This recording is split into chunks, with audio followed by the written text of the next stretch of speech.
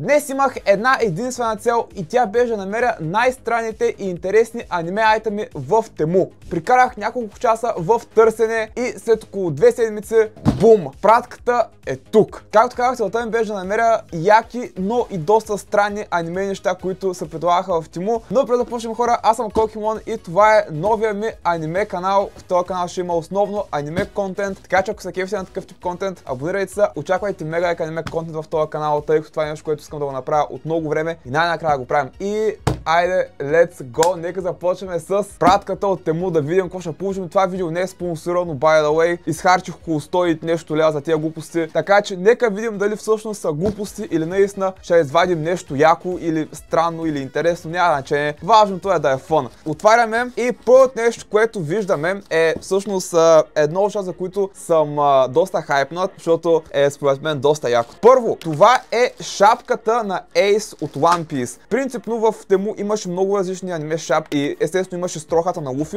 Обаче си казах, че това е нещо, което всеки го има, в смисъл не е някакво супер интересно. Обаче шапката на Ace от друга страна не е нещо, което сякаш всеки го има и е малко по-така интересен айтъм. Имаме Гердана. Между другото, в края на това видео ще направим един доста, нека наречем, интересен аутфит от всички неща, които съм си поръчал. Така че това ще бъде много интересно. Честно ви кажа, Гердана не е някакъв супер добър. Със сигурност има голям шанс да се скъса в някакъв момент, но да се надяваме, че този момент няма да е сега. Има между другото едно топче тук, което се е счупило от Гердана, което само показва колко е качествено нещо. Ама все пак всичките неща бяха много ефтини като цяло. Имаше едно и две неща, които бяха над 20 лева, всички други бяха по няколко лева, така че нали, не бяха някакви супер скъпи. Сега шапката, честно ви кажа, малко бедната, не е много изправена както трябва, защото е стояла в този кашон така набутана от бая време. Но мисля, че ще се оправи. И да, смисъл, изглежда яко, че да ви кажа, това за косплей е перфектно. Естествено, самата материя не е някаква супер топ или нещо такова. Опа, така. Вече влезахме във филма. Мисля, че е добре, не знам, вие ще кажете. И не се притеснявайте, някои неща, които следват, които са доста странни, така да го наречем. Вадим кашона и отиваме към следващото нещо. Нека видим какво ще набараме. Така, тук имам някаква кутийка, това даже не знам какво е, честно да ви кажа, не си спомням. Трябва обаче да го отворя с нещо. Това кутия в кутия ли е? Кутия в кутия е. Окей, сетих се какво е това. Това е рандом фигурка на Spirited Away. Има 6 фигурки, които може да ми даде и е на рандом. Очаквах между другото фигурката да е малко по-голяма, като се я поръчах. Не очаквах да е толкова малка. Няма да гледам какво съм взел и така, виждали с на камерата, надявам се. Нека видим. Добре, получихме, бих казал, най-скучната фигурка на No Face. Другите бяха доста по-интересни, но уви такъв им бил късмета. Това е. Обаче продължаваме с кашона. Имаме всъщност няколко дреболийки, които мога да ви покажа в момента. Първо имаме Hunter License картата от Hunter x Hunter. В смисъл, това струва буквално левче и изглежда брутално яко, човек. Ако сте на Hunter x Hunter, това е някакъв такъв must buy item, честно казвам. За едно левче е бая добре и детайла също е така много як. Следващото нещо е отново такова мъничко, обаче майскеф, това е едно герданче на Тоджи от Jujutsu Kaisen. Това е кръстовепана на Тоджи. Изглежда отново доста добре, смисъл метално е. Всъщност метално ли е? Май метално. Но да, изглежда яко. Все пак трябваше да взема нещо на JJK. Това сега мога ли да го сложа? Ще ми станат малко много нещата на главата. Така, окей, сложих ми го. Продължаваме с следващото нещо. Това е, мисля, че най-скъпото нещо от всички тук. Като го видях, си казах, че се задължително трябва да си го взема. Така, сега дай ми го сега. Това е Transponder Snail от One Piece като Whitebeard. Insane, супер як айтъм. Имаше такъв охлюв на Whitebeard, на Джимбе, но често казвам, реших на Whitebeard, защото просто ме кеф повече. Пък плюс това мустака добавя мега много аура към цялото нещо, така че е топ. Оп, сезам, отвори се. О, брат, изглежда брутално. Всичко мирише, между другото, супер китайски. Няма най-хубавия мирис някога. Ако някой го клипне out of context, ще ме помислят за голям расист. Няма значение.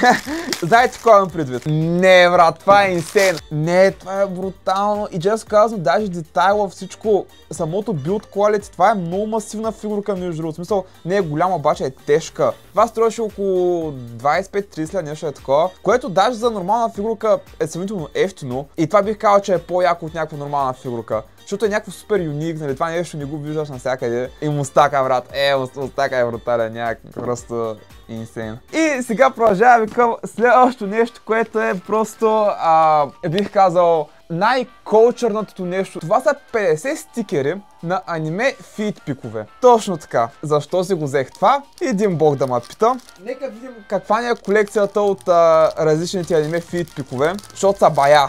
Това буквално може да си опишат цялата стена с фъкани аниме фидпикове, брат. Маля, това е скандално. Боже господи. Чакайте да намеря най-скандалните тук да ви ги покажа. Кой да залепим някъде, я? То тук няма само фидпикове, има и... Да, точно е това. Идеално. Идеално. Просто перфектният стикер. Тук даже нямаш герой, че имаш директно крака и гъс. Идеално. Бум. Мисля, че така изглежда много добре. Кой ще кажете? Така, ето ги всичките стикерчета. Мисля, че Whitebird изглежда перфектно така. Това ще ма демонизират ли с този гъс? Даже знаете ли какво мога? Я си лепна един на мене. Кой да изберем? Я да видим. Я вземем малко. Я, къде да я лепнем? Ей така, фронтен център отгоре на шапката става ли? Бум. Оп. Идеално! Идеално! Така, топ сме вече, брат. Така че да, невероятно 50 аниме фидпика. Одобрявам. Това мисля, че беше най-голямата простия, която взех. Честно казвам, нямаше супер много аниме простивите му. Това беше най-модното, което успя да намеря. Въпреки, че има още едно специално нещо, за което ще покажа след малко. Точно е да края на видеото, защото е маля. Така, я да видим сега какво е тук. Някаква кутийка. Това не съм сигурен точно какво е. Сетих се. Окей. Това, дами и господа, са очилата на Doflamingo от One Piece. И изглеждат брутално. Нека ги сложим. Брат, отивам на Комикона и печеля косплей състезанието. Топ газе, брат. Честно казано, очилата са доста добре за слънце. В смисъл, доста замъгляват. Тъй, че сега навънка не бих се вкал с тях. Някой ще ме помисли за... Да ни казвам за какво. Продължаваме с следващото нещо, което също много ме изкефи, като го видях. Това е вратовръзката на Йошикаге Кира от Джоджо. Кира ми е любимия злодей в Джоджо. Така че като го видях това, трябваше веднага да си го взема. Имаш някои различни цвята, аз избрах лилавия, тъй като в анимето е с лилава вратовръзка. И честно да ви кажа, материята всъщност е доста стабилна. Детайла също е много стабилен. Тук с Killer Queen изглежда наистина много добре. Сега, изпитанието ще бъде да може да я сложим, защото съм слагал точно веднъж или два пъти вратовръзка в живота ми. Чакайте сега, аз съм малко объркан. Имам две вратовръзки. Защо имам две? Аз поръчах една, те са ми дали две. Окей, няма да откажа. Добре, това ще го дам на някой. Или даже ако искате, може да направим giveaway за това нещо. Така, сега, това не знам как трябва да го сложа, защото съм един невероятен ретард. Затова ще го сложа така. Мисля, че ми отива много на целия аутфит. И хора, с аутфита не сме приключили. Имаме още няколко неща. Следващото нещо... това също много ме изкефи. Така, сега това са манга панели, които са на такива малки картички, които може да си ги закачите на стената, да се направите цяла такава стена от манга панели, което много ме изкефи. Доколко там трябва да са 50 страници, по-скоро не са точно не, и панели, и страници. Някои са на английски, някои са на японски, други са на френски, мисля, че. Някои от тези панели са малко questionable, честно казано, защо са ги избрали. Със сигурност можеше да изберат някакви по-яки. Сега част да ви кажа, quality-то не е супер добро на принта. Изображенията са с някакво доста размазано качество. Някои са окей, някои са много зле. Малко quality контрола тук не се е справил много добре, ама честно казвам не съм супер изнан. Let's go, добре, и е минал уж от Code Geass. Code Geass ми е любимото аниме, by the way, така че това е яко. Сега продължаваме с следващото нещо от аутфита. Това е робата, така да го наречем, на Танжиро. Качеството не е лошо, честно казано. Те очила ще ги махна, защото просто ме заболяха очите. Облечен съм като мид аниме герой. Следващото нещо също е много яко. Това е може би второто някакво нещо след транспондър с Нела. И естествено фидпиковете, да не забравяме фидпиковете, нали, моля. Те са на първо място всъщност. Това би трябвало да е такъв неон сайн, който свети на Акацки. Трябваше да вмъкнем нещо на Наруто и това нещо изглеждаше мега яко. Това мисля, че второто най-скъпо нещо от всичко тук след транспондър с Нела. Нека видим, всъщност ще ви го покажа така на вас първо. Ето го. Топа не се вижда, невероятно, добре. Ето го, най-накрая. От една страна изглежда яко. От друга страна, какво е това?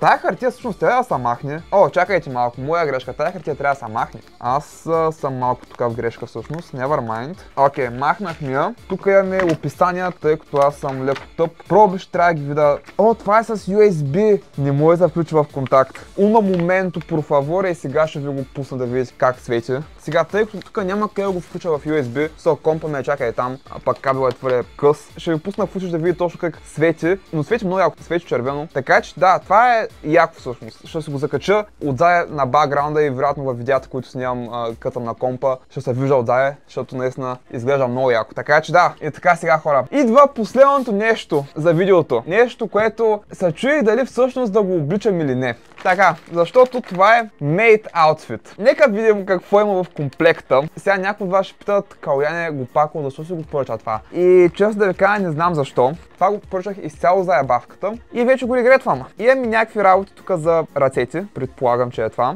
Yes, това, да, имаме това. Чудесно. Със сигурност това няма да бъде облечено. И имаме самата поличка, да го наречем. Не, брат, това е скандално! Ужас! Няма да го обличам на гол. В никакъв случай. Абсурд. Няма да се случи, защото вероятно това видео ще бъде изтрито след това. Така че дайте ме една секунда да се оправя в целия ми аутфит, за да видите точно за какво става въпрос. Аз ще се побера ли изобщо в това, че... Опа! Я изглеждам ли невероятно? Това няма как да го сложа там, къде трябва да отиде, така че ще го сложим тук и така отгоре. Чудесно. И не очаквах, че първото ми видео на този канал ще се превърне в такова шит-шоу, няма да лъжа. Така че ако искате още такъв кринж, абонирайте се. Не знам какво ще кажете, обаче аз отивам на Комикона и ги унищожавам всичките косплеери. Няма нужда да идват, защото няма шанс. Така, май се виждам. Добре, не, виждам се май в цял ръст. О, чакайте, забравя да сложа очилата. Как ще забравя очилата, човек? Опа, вече сме идеални, брат. Ако това не е косплей на годината, не знам какво друго може да е, човек. Имаме вратовръзката на Кира, брат, очилата на Долу Фламинго, шапката на Ейс, фъкън фит пик отгоре, Made Outfit, робата на Танджиро, имаме отдолу Покемон мърча, всичко е топ. Добре хора, мисля, че това ще е от този невероятен кринж. Благодаря, че гледахте, абонирайте се за този канал, ще има супер много яки аниме видеа в бъдеще. Буквално не сте готови за това, което съм подготвил. Това в България просто не сте го виждали до сега. Искам да ми рейтните аутфита в коментарите, да ми кажете кой от шикетяите ми беше най-любима. И да хора, това беше до следващия път.